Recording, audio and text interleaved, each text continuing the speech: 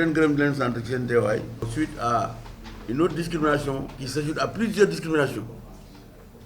c'est-à-dire état bi day def xaj ak seen entre agent état ñoom ñu muy employé muy fonctionnaire yi ak ñun collectivité locale te ñun aussi démembrement état lañu waruñu vraiment di ko doxalee noonu surtout que fonction publique locale bi nga xam ne dañ ko doon xeex depuis ñaar fukki at presque et plus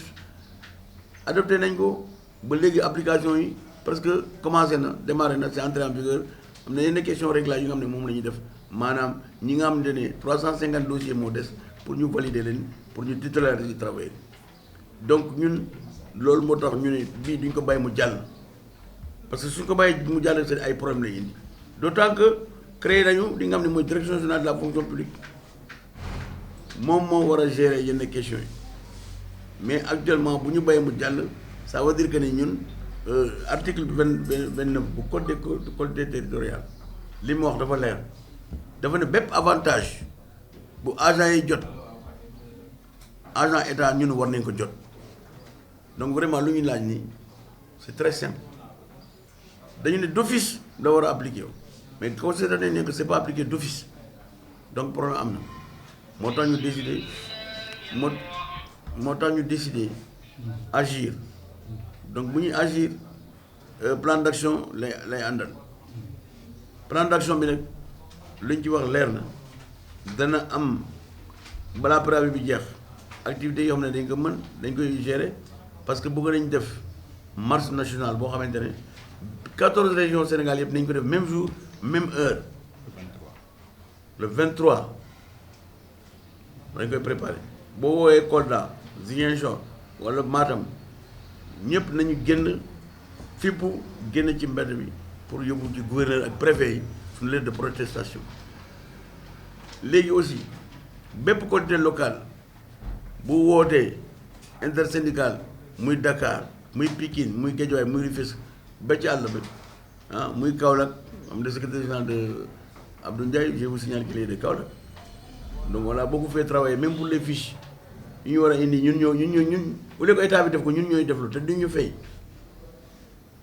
kii day yore région de Kaolack day parcourir yëpp di ramasser documents yi di defar dugub xam nga kooku bonne volonté la mais ñoom defuñu fi dara ñu fay leen ministre yi ñu jox leen oto am carburant am téléphone gratuit ñoom lan lañu fi liggéey loolu la ñu wax ne ministre yi lan lañ njëriñ loolu mooy question bi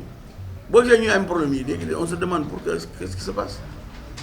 donc léegi plan d'action bi nag wax nañu le 23 incha allah danañ dem marche nationale ñun bu ñu fi jógee rek dañuy wàcc ci terrain bi pour préparer loolu préparer aussi assemblée générale sectorielle pour région bu bëgg a manifestation ñu def mais aussi jox nañu suñu section régionale yi bépp action boo xam ne ñoom xalaat nañ ne baax na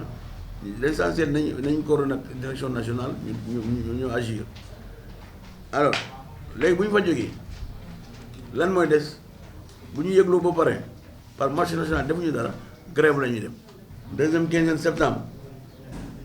dañuy delloo buum bi ci mboy maanaam commencé bëri wala lan mooy collectivité locale comme ñoom créé nañ collectivité locale transféré nañ compétence te xamuñu lan la personne bu fa nekk ñu bëgg leen ñàkkal fayda loolu mu du dem donc gouvernement ñu ngi dégg bu baax waaw c'est vrai que temps yii yëpp ñu ngi ci politique rek waaw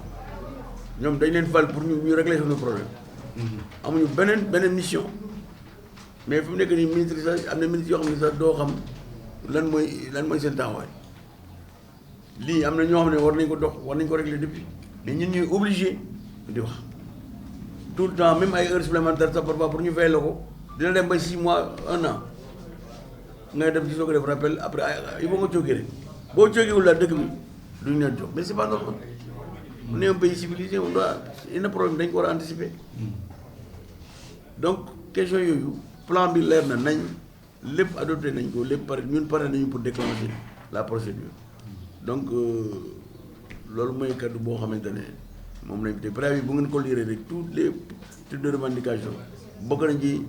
hausse de salaire bokk nañ ci affaire IPRES bi nga xam ne dañu war a yóbbu suñu dossier yi jógee IPRES dem FNR Fonds national de retraite titularisation agent yi des yi loolu yëpp bokk na ci revendication yi ak collectivité type collectivité l'application du statut